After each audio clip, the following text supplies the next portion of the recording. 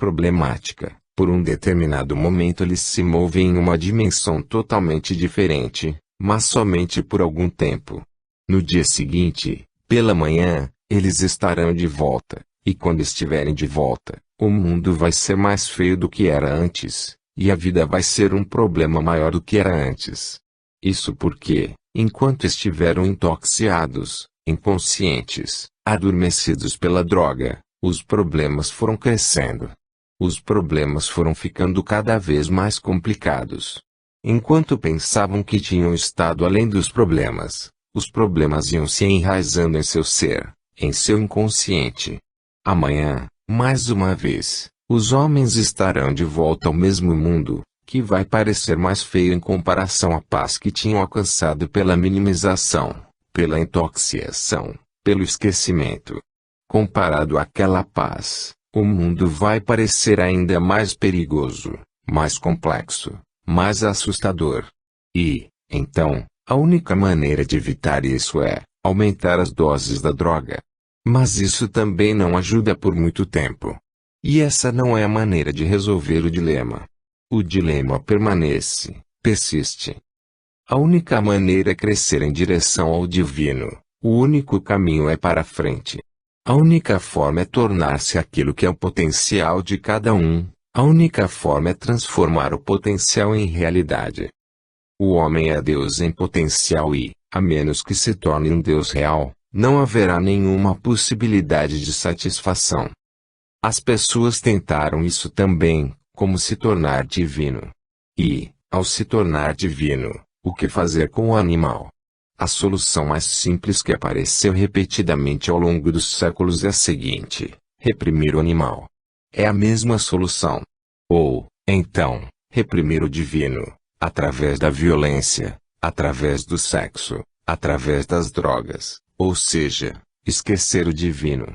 Esta é uma solução, embora nunca seja bem-sucedida, não possa ter êxito, pois, pela própria natureza das coisas, está fadada a fracassar. Então, a segunda sugestão que vem à mente é a seguinte: reprimir o animal, esquecer o animal, mas manter o animal no fundo e não olhar para ele. Jogá-lo no fundo do porão do inconsciente, de modo que a pessoa não possa deparar com ele no seu dia a dia, de modo que não o veja. O homem pensa quase da mesma forma que o avestruz. O avestruz acha que ele não pode ver o inimigo, que o inimigo não existe. Por isso, quando o avestruz depara com o inimigo, simplesmente fecha os olhos. Ao fechar os olhos, acha que, naquele momento, não há mais inimigo, porque não pode vê-lo. Isso é o que tem sido feito, ao longo dos séculos, por 99% das pessoas religiosas. No 1% restante deixa os Budas, os Krishnas, os Kabirs. Os 99% das pessoas religiosas não fazem nada além de um exercício de avestruz, um exercício de total futilidade. Reprimir o animal. Mas o homem não pode reprimir o animal, porque o animal tem uma energia enorme. O animal foi todo o seu passado e tem milhares de anos.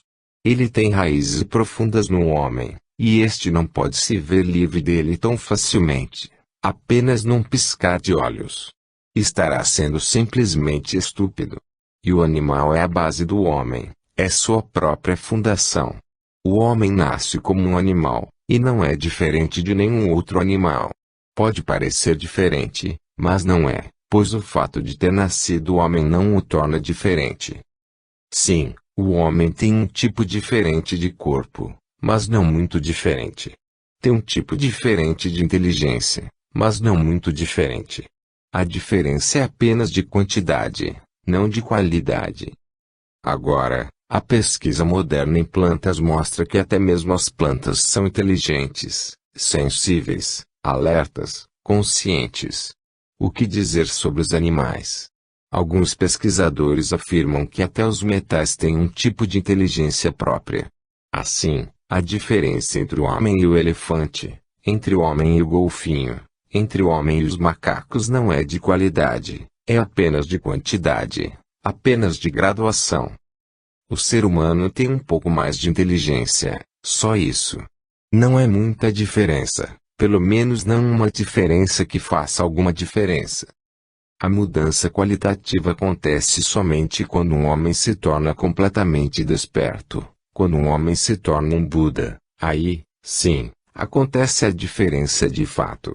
Daí ele não é mais um animal, ele é simplesmente divino. Mas como chegar a isso? Aqueles 99% de pessoas religiosas têm feito algo completamente errado, ou seja, têm seguido exatamente a mesma lógica. A mesma lógica que é seguida pelas pessoas violentas, pelas pessoas sexuais, pelos alcoólatras. O mesmo tipo de lógica, esqueça o animal. Muitas técnicas foram desenvolvidas para esquecer o animal, entoar mantras para que se esqueça o animal, tornar-se ocupado enquanto se entoa o mantra, e seguir repetindo, Rama, Rama, Rama, Rama. Repetir tão rápido que a mente como um todo fique repleta da vibração desta única palavra, Rama. Essa é simplesmente uma forma de evitar o animal, embora ele esteja lá. Pode-se prosseguir entoando o Rama durante séculos. O animal não vai ser alterado por meio de um truque tão simples. Não se pode enganar o animal. Vai permanecer apenas uma religiosidade muito superficial. Basta raspar qualquer homem religioso para se encontrar o animal dentro dele, e basta raspar um pouco. Não é nem superficial a chamada religiosidade. É apenas um fingimento, somente uma formalidade, um ritual social. O homem vai à igreja, o homem lê a Bíblia, o homem lê o Gita, o homem entoa mantras, o homem faz orações, mas é tudo formal. O coração não está na ação. E o animal dentro dele ri dele e o ridiculariza. Ele conhece o homem perfeitamente bem, quem ele é, onde ele está. E sabe como manipulá-lo. O homem pode prosseguir com seus mantras por horas, mas quando uma mulher bonita passa, de repente, toda a entoação desaparece e ele esquece tudo sobre Deus. Só o cheiro da padaria. E tudo se foi. Hare Krishna Rama, tudo se foi. Qualquer coisinha que seja é suficiente. O homem é insultado e há raiva, o animal está pronto para se vingar e o homem está furioso. Na verdade, as pessoas religiosas ficam mais zangadas do que quaisquer outras pessoas, porque estas não se reprimem. Além disso, as pessoas religiosas são mais pervertidas sexualmente do que as demais, porque as outras não se reprimem. Os sonhos das pessoas religiosas têm que ser observados, porque durante o dia elas se reprimem, mas o que acontece à noite, quando estão dormindo? Mahatma Gandhi escreveu que, mesmo aos 70 anos, ele ainda tinha sonhos sexuais. Com 70 anos, por que sonhos sexuais? Ele esclareceu, durante o dia tornei-me disciplinado, e o dia inteiro nem mesmo um único pensamento sobre o sexo vem a mim. Porém, à noite, estou inconsciente, de modo que toda a disciplina e todo o controle desaparecem.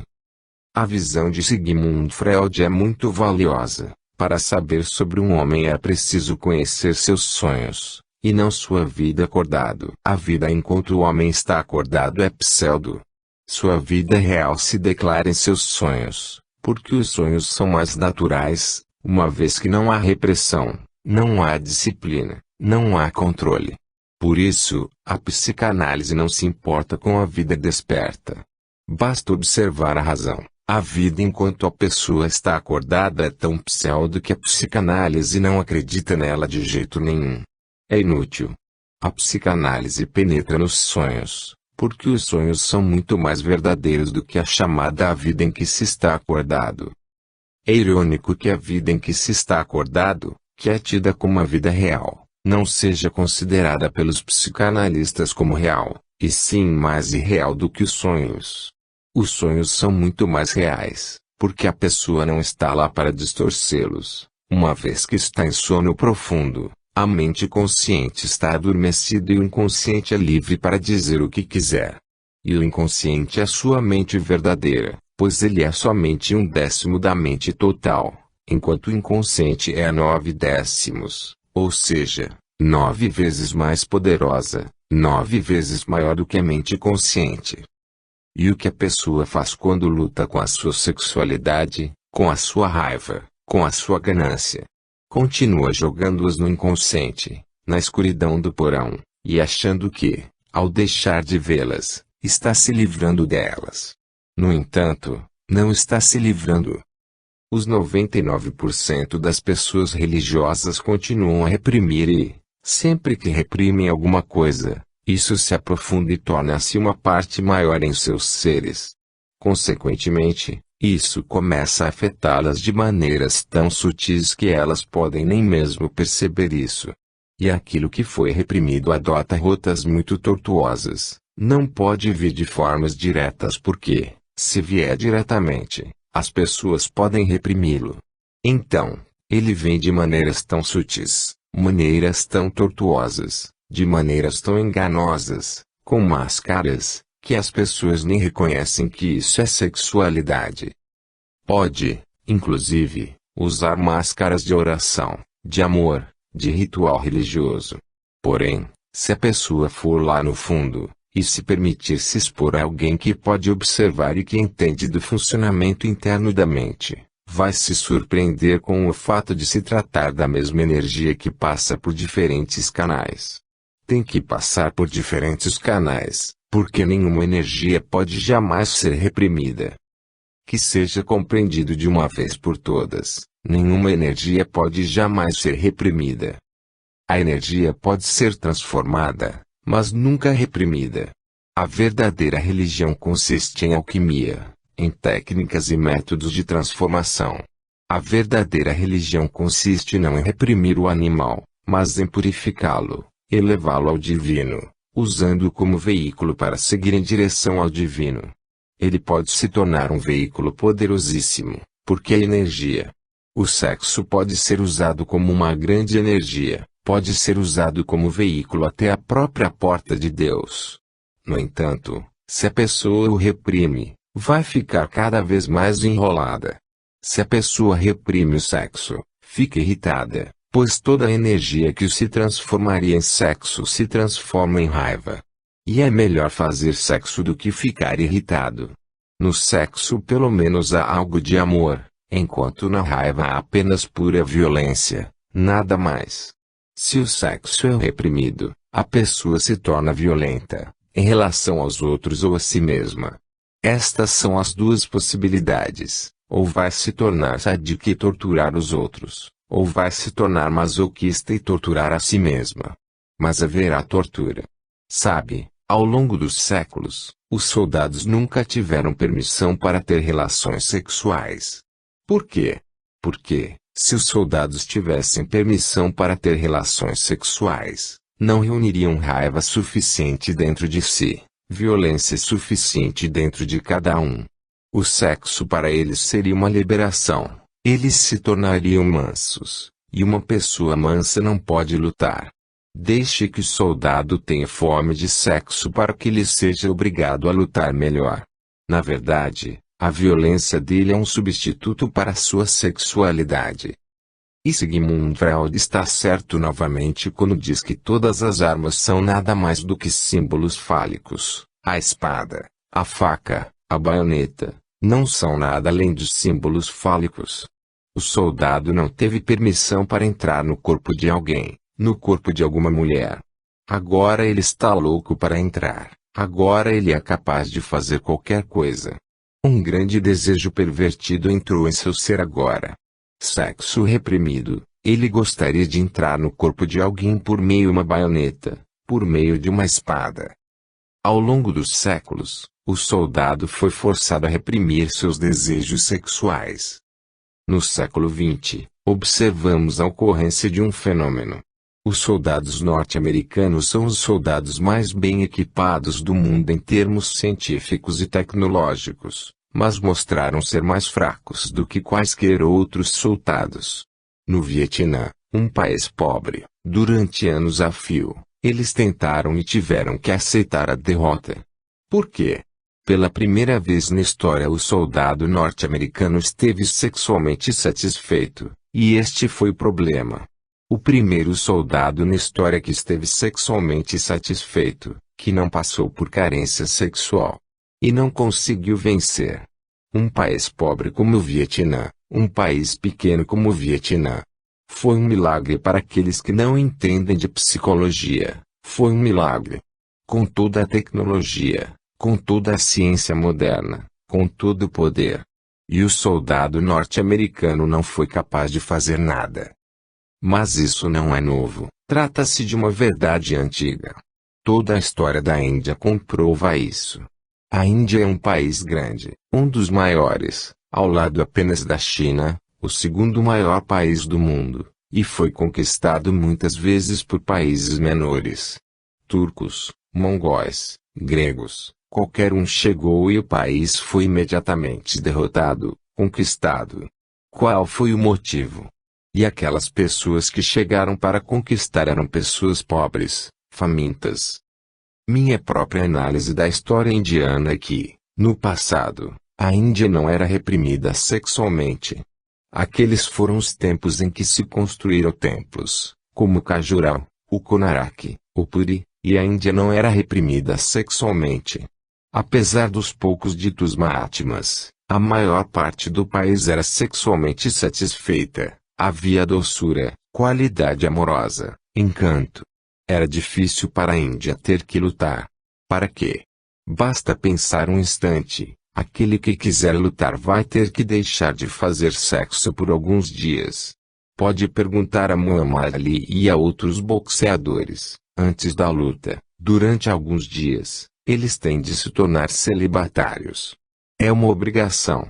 Pode perguntar aos competidores olímpicos, antes de participarem de competições olímpicas, durante alguns dias, eles têm de deixar de fazer sexo.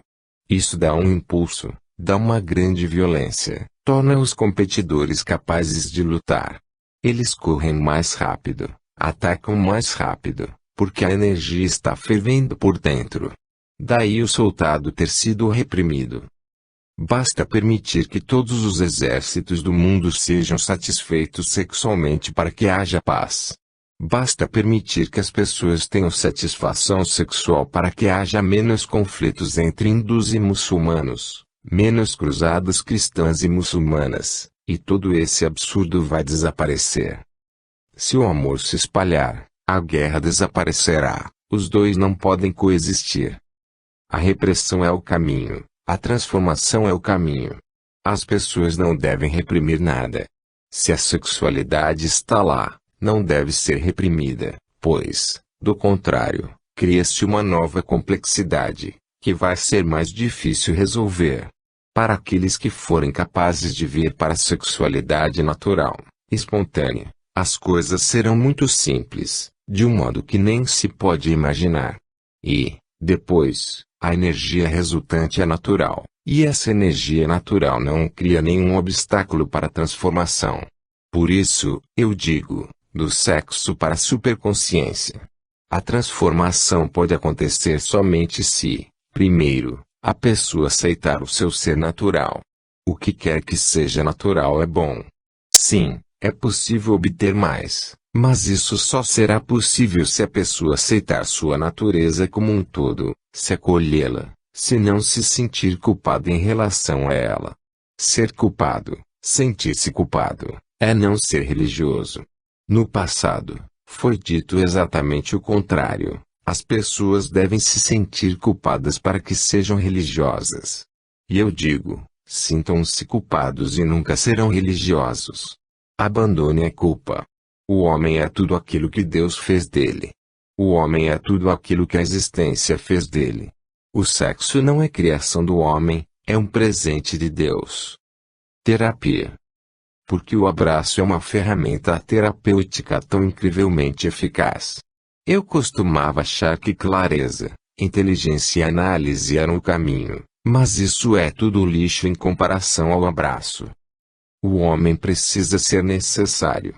É uma das necessidades mais fundamentais dos seres humanos. Se uma pessoa não tiver carinho, ela começa a morrer. A menos que uma pessoa sinta que é importante para alguém, pelo menos para alguém, toda a sua vida se torna insignificante. Por isso, o amor é a maior terapia que existe. O mundo precisa de terapia porque nele está faltando amor. Em um mundo realmente repleto de amor, nenhuma terapia será necessária, de jeito nenhum, pois o amor será o suficiente, mais do que suficiente. O abraço é apenas um gesto de amor, de calor humano, de carinho. A própria sensação do calor que flui da outra pessoa derrete muitas doenças no ser humano, derrete o ego frio e gelado. Faz com que o homem volte a ser criança. Os psicólogos sabem bem que se uma criança não for abraçada e beijada, ela sentirá falta de carinho. Assim como o corpo precisa de alimento, a alma precisa de amor. É possível suprir todas as necessidades básicas de uma criança, dar a ela todos os confortos físicos, mas, se faltam abraços, ela não vai crescer e se tornar um ser humano completo. No fundo, ela vai permanecer triste, sem carinho, negligenciada, ignorada. Ela recebeu cuidados, mas não recebeu carinho. Observou-se que se uma criança não é abraçada, ela começa a encolher, e pode até mesmo morrer, apesar de tudo mais de ter sido fornecido.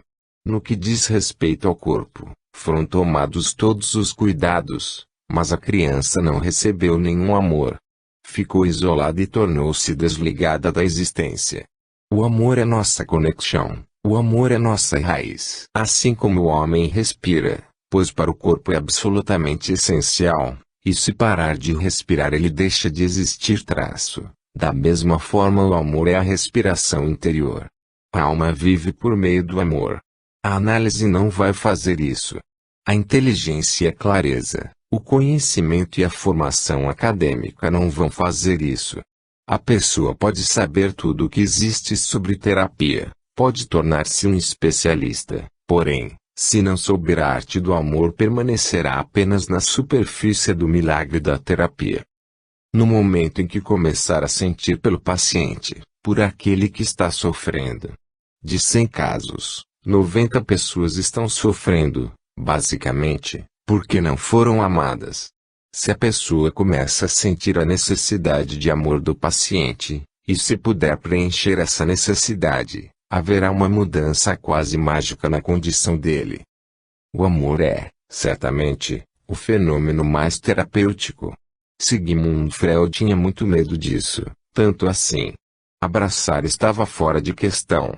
Ele não estava nem mesmo preparado para enfrentar o paciente, pois, ao ouvir sobre o seu sofrimento, ao ouvir seus pesadelos interiores, ele poderia começar a se sentir indulgente. Seus olhos poderiam ficar marejados, lágrimas poderiam começar a fluir, ou, talvez, em um momento de descuido, ele poderia segurar a mão do paciente. Ele tinha tanto medo de algum relacionamento de amor entre o terapeuta e o paciente que criou um certo artifício. O paciente tem que se deitar no divã e o psicanalista tem que sentar atrás do divã, de modo que eles não se encarem. E é bom lembrar de uma coisa, é de frente um para o outro que o amor cresce. O amor entre os animais não pode crescer porque eles fazem amor sem se encarar, de modo que não há amizade, não há relacionamento de parentesco. Depois que terminam o ato sexual, seguem seus caminhos, separadamente, sem nem mesmo dizer um obrigado, um adeus ou vejo você em breve. Os animais não são capazes de criar amizade, família, sociedade, pelo simples fato de que, quando fazem amor, não olham nos olhos um do outro, não olham na cara um do outro, como se o ato de amor fosse algo praticamente mecânico. Não há nenhum elemento humano nisso. O homem criou toda a dimensão de todos os tipos de relacionamento porque ele é o único animal que faz amor frente a frente com o parceiro. Por isso, os olhos começam a se comunicar, por isso, as expressões faciais se tornam uma linguagem sutil. Daí as mudanças de humor e de emoções, ou seja, alegria, o êxtase, o brilho orgástico e o aumento da intimidade. A intimidade é necessária, é um requisito básico. Por isso, é bom fazer amor com a luz acesa, não na escuridão, ou pelo menos a meia luz, uma luz de vela. Fazer amor no escuro é algo animal dentro de si, evitando encarar o outro. Uma estratégia para evitar. Sigmund Freud tinha muito medo do amor. Ele tinha medo do seu próprio amor reprimido. Tinha medo de que ele pudesse entrar em algum emaranhamento, envolvimento. Ele queria apenas ficar de fora, para não se envolver com a pessoa, para não se tornar parte de seu interior, para não entrar nas águas profundas e permanecer apenas como um observador científico, indiferente, imparcial, frio, distante. Ele queria criar a psicanálise como se fosse uma ciência. Não é uma ciência, nunca vai ser uma ciência. É uma arte, e é muito mais próxima do amor do que da lógica. Mas o verdadeiro psicanalista não vai evitar se aprofundar no interior do paciente, ele vai assumir o risco. É arriscado, pois está entrando em águas turbulentas. Ele pode se afogar, afinal, ele também é humano. Ele pode se ver em apuros, pode criar algum problema para si mesmo, mas esse risco tem que ser assumido. É por isso que eu amo muito Wilhelm Reich. Ele é o homem que transformou a cara de toda a psicanálise ao se envolver com o paciente. Descartou o divã, descartou essa indiferença imparcial. Ele é um revolucionário muito maior do que Sigmund Freud. E Sigmund Freud, que realmente tinha medo de suas próprias repressões, permanecia convencional. Aquele que não tem medo das próprias repressões pode ajudar bastante. Se não tiver medo do próprio inconsciente, se tiver resolvido alguns de seus problemas, pode ajudar muito se envolvendo no mundo do paciente, tornando-se um participante em vez de manter-se apenas como um observador. Na verdade, em função de os psicanalistas terem seus próprios problemas, às vezes até mais do que o próprio paciente, pode-se compreender o medo de Sigmund Freud. No que me diz respeito, eu gostaria de fazer uma declaração categórica sobre isso, a menos que um indivíduo esteja realmente desperto, iluminado, ele não pode ser um terapeuta autêntico, um terapeuta de verdade. Somente um Buda pode ser um terapeuta de verdade, porque ele não tem problemas herdados. Ele pode se fundir e mesclar com o paciente, pois, para ele, na verdade, o paciente não é nenhum paciente. Essa é a diferença entre a relação que existe entre um paciente e seu terapeuta e a relação entre um discípulo e um mestre.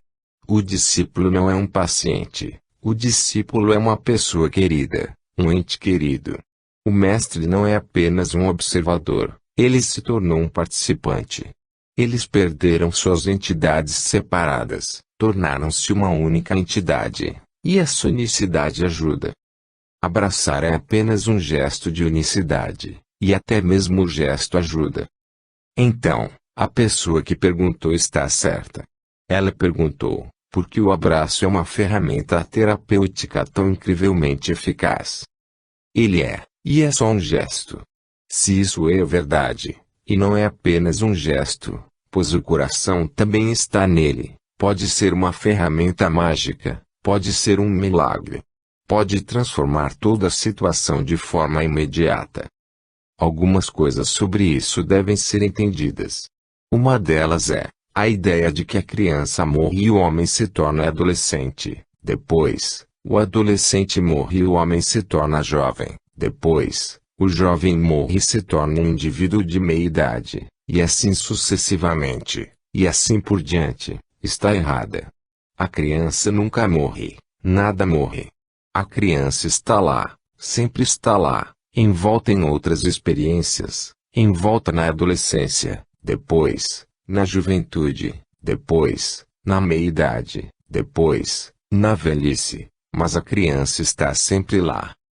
O ser humano é exatamente como uma cebola, camada sobre camada, mas se a cebola for descascada, logo serão encontradas camadas mais frescas por dentro. Basta ir mais fundo para encontrar cada vez mais camadas frescas. O mesmo vale para o homem. Ao ir fundo nele sempre é possível encontrar a criança inocente, e entrar em contato com essa criança inocente é terapêutico. O abraço proporciona um contato imediato com a criança. Se ao abraçar alguém com calor humano, amor, esse não for somente um gesto impotente, Se for significativo, importante, verdadeiro, se o coração estiver fluindo através desse abraço, entra-se imediatamente em contato com a criança inocente.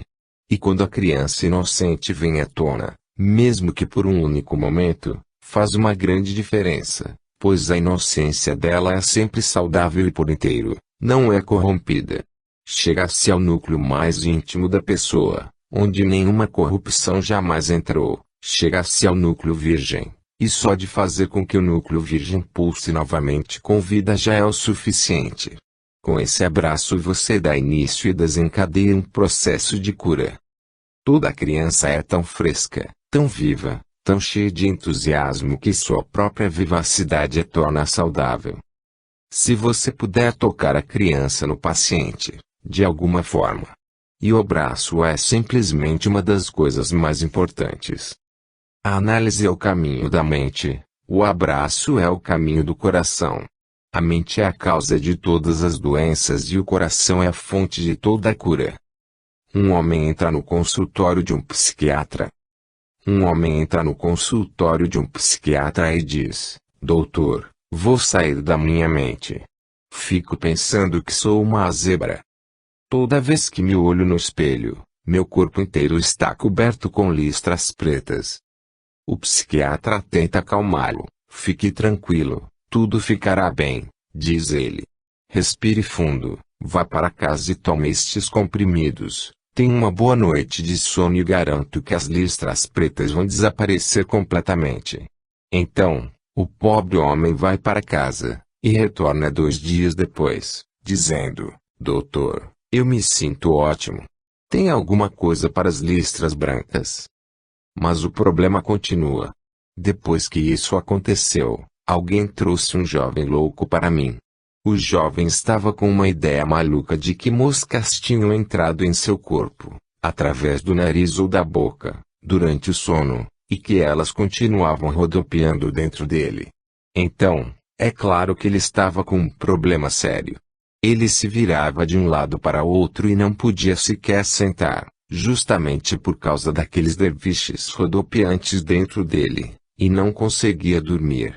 Uma agonia contínua. O que fazer com esse rapaz?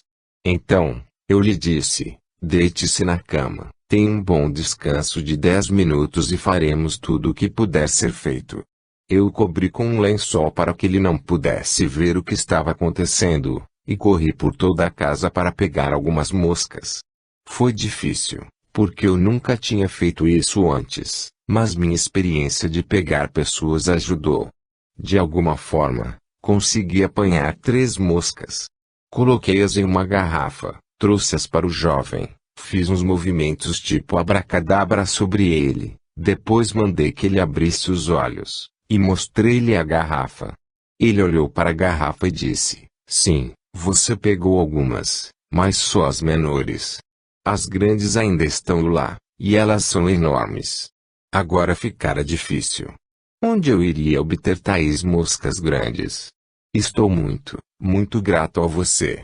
Pelo menos você me livrou das menores, mas as grandes são realmente muito grandes, disse o jovem. As pessoas continuam. Se alguém as ajuda de um lado, elas vão trazer o mesmo problema do outro, como se houvesse uma certa necessidade de profundidade. Tente entender isso. Viver sem qualquer problema é muito difícil, quase humanamente impossível. Por quê? Porque o problema é uma distração para a pessoa. O problema dá uma ocupação a ela.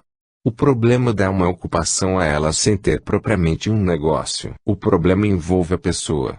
Se não houver nenhum problema, a pessoa não vai ser capaz de se apegar à periferia de seu ser. Ela vai ser sugada pelo centro. E o centro de seu ser está vazio. É exatamente como o eixo de uma roda. A roda inteira se move sobre o eixo vazio. Seu núcleo mais profundo está vazio, não tem nada, não existe, Shunyan, espaço vazio, é nulo, é como um abismo.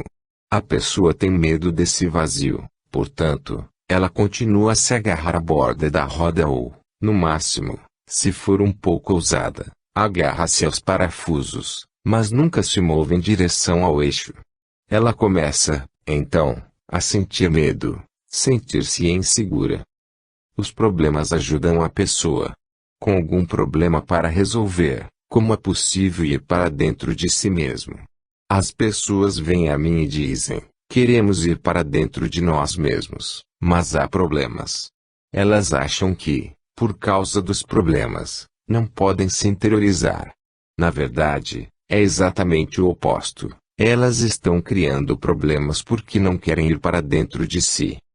É preciso deixar que esse entendimento se torne tão profundo em seu ser quanto possível. Os problemas são, todos eles, falsos. Continuo respondendo aos problemas das pessoas apenas para ser educado. Eles são todos falsos, basicamente insignificantes, mas ajudam-nos a evitar a si mesmas. Eles as distraem. É o que parece. Como alguém pode entrar? Há tantos problemas a serem resolvidos primeiro. Mas basta que um problema seja resolvido para que outro surja imediatamente. E, ao olhar, observar, é possível ver que outro problema tem a mesma qualidade do primeiro. Ao tentar resolvê-lo, um terceiro surge, que é imediatamente substituído. Deixe-me contar uma anedota. Vocês, adolescentes, são uma ameaça. Vocês não têm nenhum senso de responsabilidade, diz o psiquiatra a seu paciente. Esqueça as questões materiais e pense em outras coisas, como ciências, matemática, etc. Como você está em matemática? Não muito bem, responde o paciente. Vou lhe dar um teste para sua informação concreta. Agora, me dê números, disse o psiquiatra. 7, 6, 3, 4, 4, 7. É o telefone da loja onde minha namorada trabalha. Não quero o número do telefone, apenas um número comum, pediu o psiquiatra. Tudo bem. Então, 37. Está melhor. Agora outro números, por favor, solicitou o psiquiatra. 22. E mais uma vez, pediu o psiquiatra. 37. Muito bem, muito bem. Veja, você pode fazer com que sua mente trabalhe em outras direções, se quiser, esclareceu o psiquiatra. Correto, 37 a 22, 37. Cara, que medidas? De volta à namorada. Se não através do número de telefone, então, através das medidas. E assim por diante, ad infinitum. É preciso olhar para o essencial. Porque as pessoas querem criar problemas, em primeiro lugar. Realmente há problemas. Será que as pessoas já fizeram a pergunta mais importante para si mesmas? Que é o seguinte: realmente há problemas ou eu os estou criando, e me habituei a criá-los, e os mantenho como companhia, e me sinto sozinho se não houver problemas? Elas até gostariam de serem felizes, mas não gostariam de se sentir vazias. As pessoas até se agarram aos seus sofrimentos, mas não estão prontas para se tornarem vazias. Vejo isso todos os dias. Vem a mim um casal. Os dois estão brigando há anos, dizem que faz 15 anos que brigam. Casados há 15 anos e brigando e criando um inferno para outro, continuamente. Então, por que não se separam? Por que permanecem agarrando o sofrimento? Ou muda ou separa. De que adianta desperdiçar a vida inteira deles? Mas eu posso ver o que está acontecendo. Eles não estão dispostos a ficar sozinhos. Pelo menos o sofrimento lhes proporciona companhia. E eles não sabem, agora, se eles se separarem, como vão lidar com suas vidas.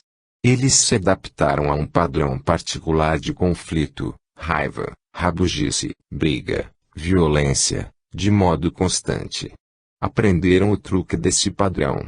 Agora, eles não sabem como estar em outra situação, com uma outra pessoa, que tem uma personalidade diferente. Como estar com alguma outra pessoa. Eles não sabem mais nada. Aprenderam uma linguagem particular de sofrimento.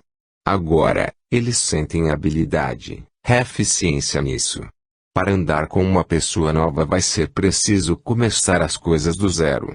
Após 15 anos de permanência em um determinado negócio, a pessoa começa a ter medo de mudar para outro. Ouvi falar sobre um grande astro de cinema que foi a um psiquiatra e disse: não tenho talento para música, não tenho talento para atuar. Não sou um homem bonito. Meu rosto é feio, minha personalidade é muito pobre. O que devo fazer? E ele é um ator famoso. Mas por que você não deixa de atuar? Se acha que não tem nenhum talento, nenhuma genialidade, e que este não é o trabalho que você pretendia desempenhar, por que não sai dessa profissão? Perguntou o psiquiatra. O quê? Depois de 20 anos trabalhando nisso e de quase ter me tornado um astro famoso. A pessoa investe em suas desgraças também. Observe. Quando um problema se vai, apenas observe e verá que o verdadeiro problema imediatamente mudará para alguma outra coisa. É como se a cobra deslizasse para fora da pele velha, sem deixar de existir. O porquê? É a cobra. Ela estava preocupada quando a pessoa estava chorando. Agora o choro parou, e a pessoa está rindo. A cobra a deslizou para fora da pele velha. Agora o problema é por quê? Alguém pode imaginar uma vida sem nenhum porquê? Porque as pessoas fazem da vida um problema. A vida é tão bela, por que não vivê-la agora mesmo? Chorar é um gesto de vida. Rir também é um gesto de vida. Às vezes a pessoa fica triste, é um gesto de vida, um estado de espírito belo. Às vezes você está feliz, transbordando de alegria e dançando, e isso também é bom e belo. Qualquer coisa que aconteça, é preciso que as pessoas aceitem, acolham e permaneçam com ela. Depois vão perceber, aos poucos, que abandonaram o hábito de fazer perguntas e criar problemas na vida. E quando não se criam problemas, a vida revela todos os seus mistérios. Ela nunca se abre diante de uma pessoa que vive questionando. A vida está pronta para se revelar à pessoa se ela não fizer disso um problema. Se fizer disso um problema, o próprio ato de criar o problema fecha seus olhos. Daí, a pessoa se torna agressiva com a vida. Essa é a diferença entre o esforço científico e o esforço religioso. O cientista é como um homem agressivo, que tenta arrancar as verdades da vida, que força a vida a entregar as verdades, com uma arma, com violência. Um homem religioso não se posiciona diante da vida com uma arma, questionando-a. O homem religioso simplesmente relaxa com a vida, flutua com ela, e a vida, por sua vez, revela muitas coisas para o homem religioso que nunca vai revelar ao cientista. O cientista sempre vai recolher as migalhas caídas da mesa. O cientista nunca estará ali como um convidado. Aqueles que vivem a vida, que acolhem, aceitam-na com alegria, sem questionamento, porém com confiança, são os convidados. O que é neurose e qual é a cura para isso? A neurose nunca foi tão epidêmica no passado quanto agora. Está praticamente tornando-se um estado normal da mente humana. Ela tem de ser entendida.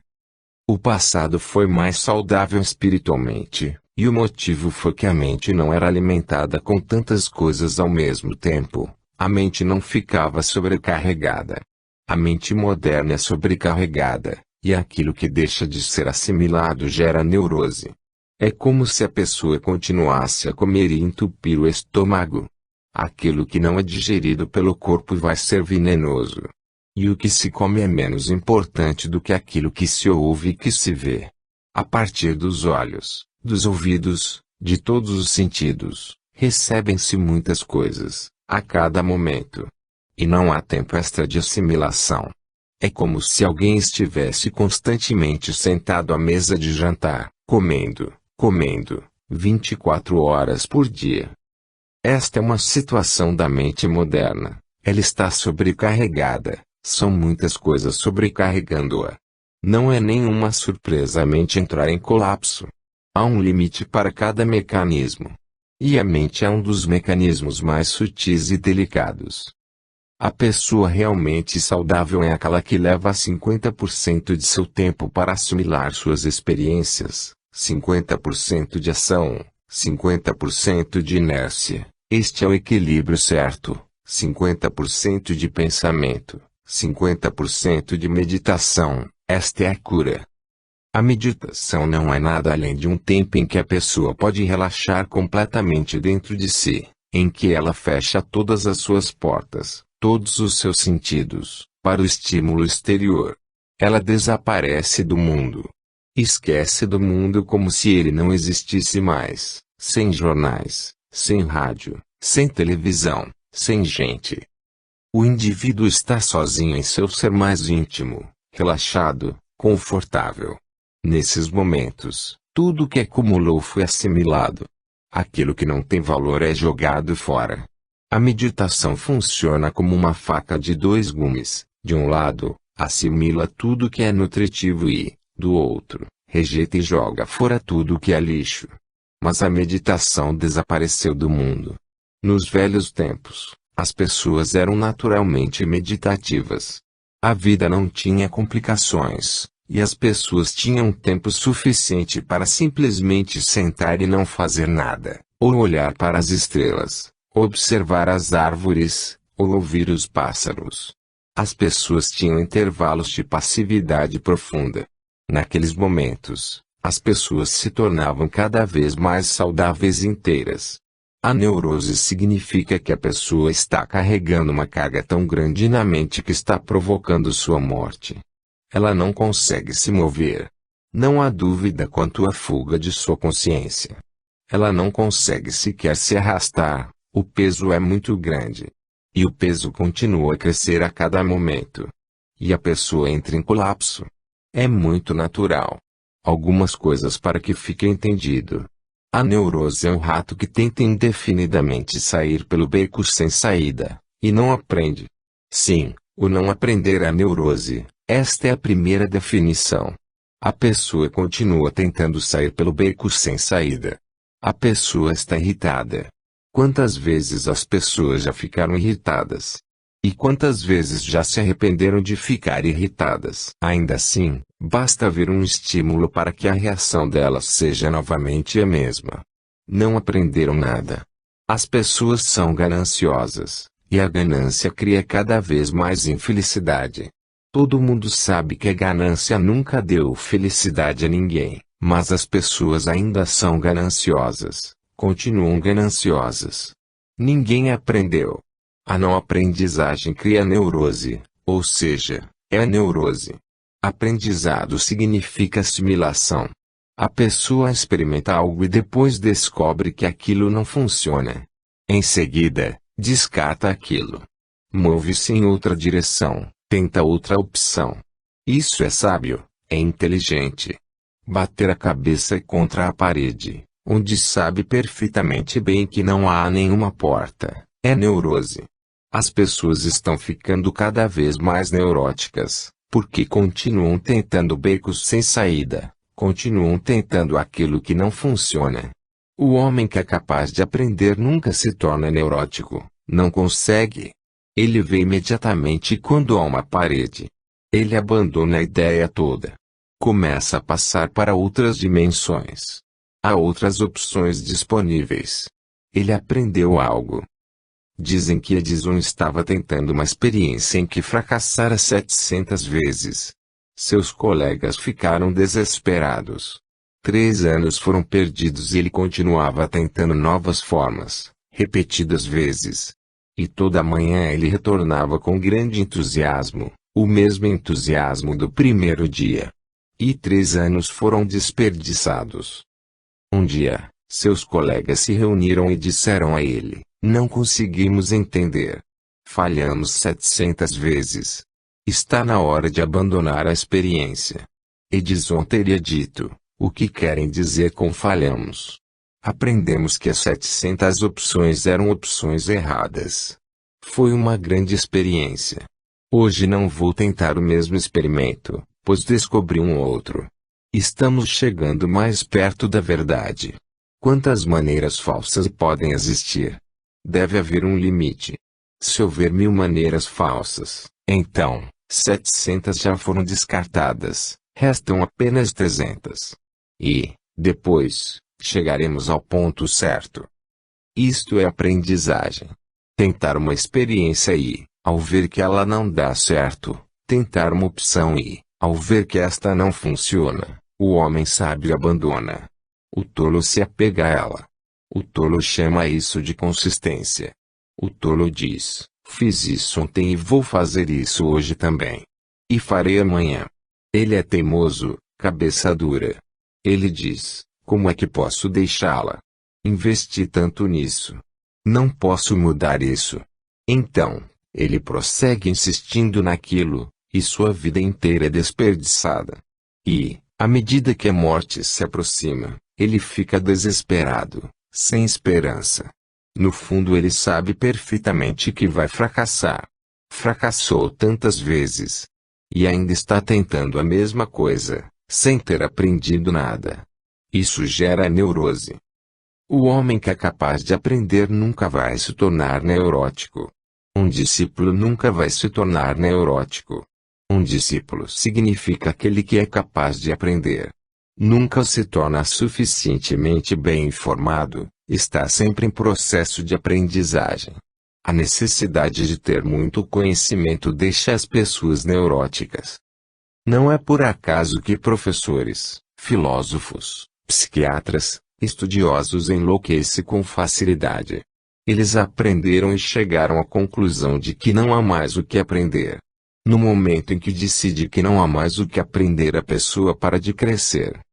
Parar de crescer é neurose. Esta é a segunda definição.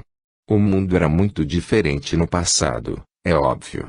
O equivalente a cerca de 6 semanas de estímulos sensoriais, há 600 anos, é o que hoje obtemos em um dia. O equivalente a 6 semanas de estímulos, informações, hoje se adquire em um único dia, ou seja, cerca de 40 vezes a pressão para aprender e se adaptar. O homem moderno tem de ser capaz de aprender mais do que o homem jamais aprendeu antes, porque há mais o que aprender agora. O homem moderno tornou-se capaz de se adaptar a novas situações todos os dias, porque o mundo está mudando muito rapidamente. É um grande desafio.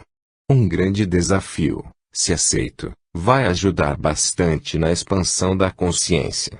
Ou o homem moderno vai ser totalmente neurótico ou um homem moderno vai ser transformado pela própria pressão. Depende de como ele lida com isso. Uma coisa é certa, não tem como voltar atrás. Os estímulos sensoriais vão continuar a crescer cada vez mais. O homem obterá cada vez mais informações, e a vida mudará em um ritmo cada vez mais rápido.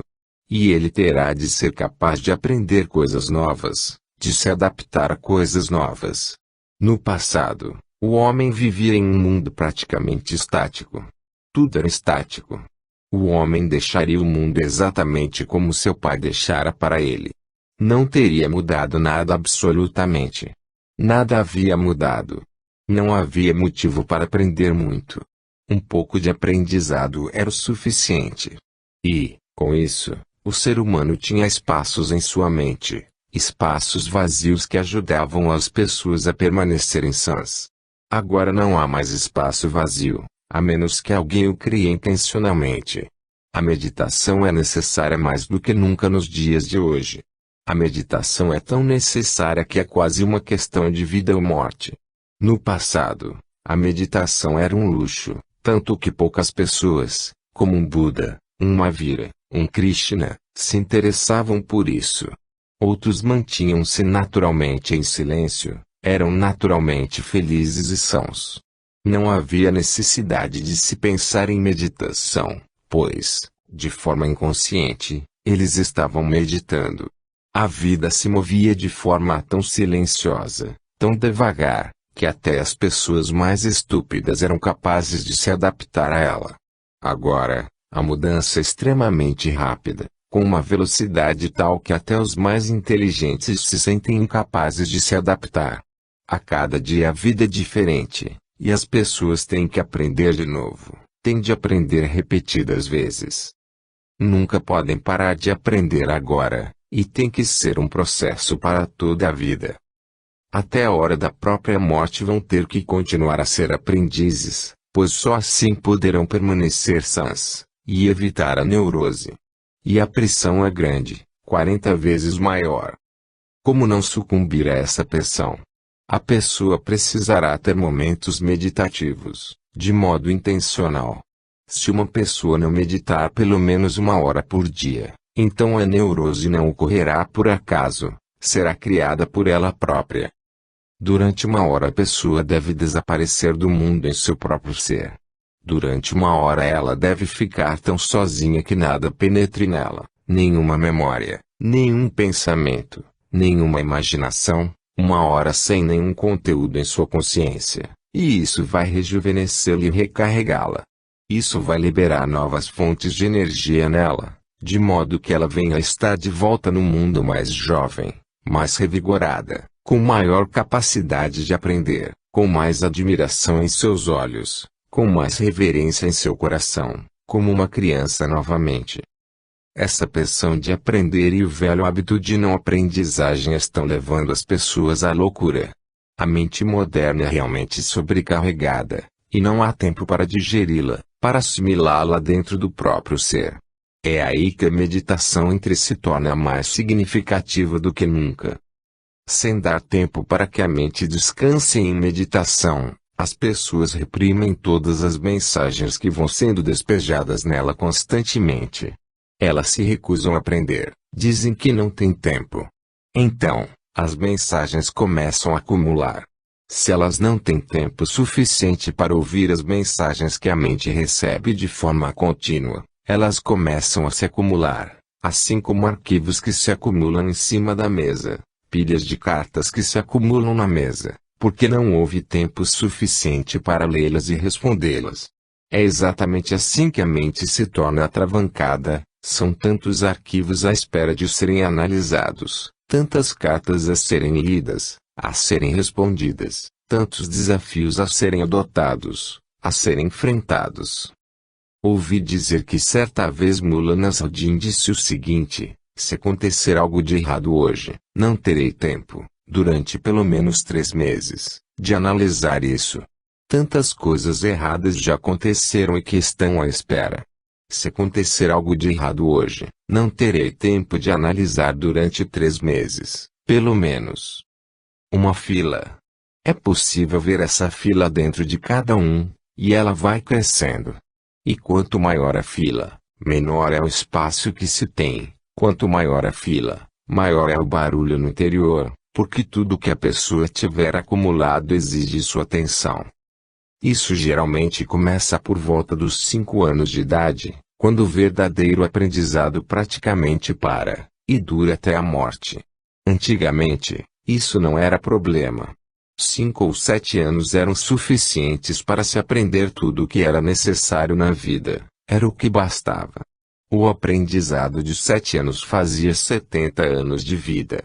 No entanto, agora, isso não é possível. As pessoas não podem parar de aprender porque sempre acontecem coisas novas, e não se pode enfrentar coisas novas com velhas ideias. Não se pode depender dos pais e de seu conhecimento, não se pode nem mesmo depender dos professores na escola ou na universidade, porque o que eles estão falando já está desatualizado.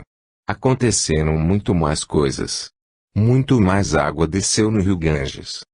Essa foi a minha experiência quando fui aluno. Eu ficava surpreso com o conhecimento dos meus professores na universidade, porque eles tinham 30 anos de idade. E foi quando eram jovens que reuniram o conhecimento de seus professores. Desde então, não observaram o que acontecia. Esse conhecimento foi absolutamente inútil. Eu entrava constantemente em conflito com meus professores na universidade, e fui expulso de muitas faculdades, porque os professores disseram que não podiam lidar comigo. E eu não estava criando nenhum problema, estava simplesmente tornando-os conscientes de que o que eles diziam estava desatualizado. No entanto, isso feriu o ego. Eles aprenderam isso em sua própria época de universidade e achavam que o mundo tinha parado ali mesmo. Agora, os alunos não podem depender dos professores, e as crianças não podem depender de seus pais, e, consequentemente, Uma grande rebelião está a caminho em todo o mundo. Não tem nada a ver com nenhuma outra coisa. Os alunos não podem mais respeitar seus professores, a não ser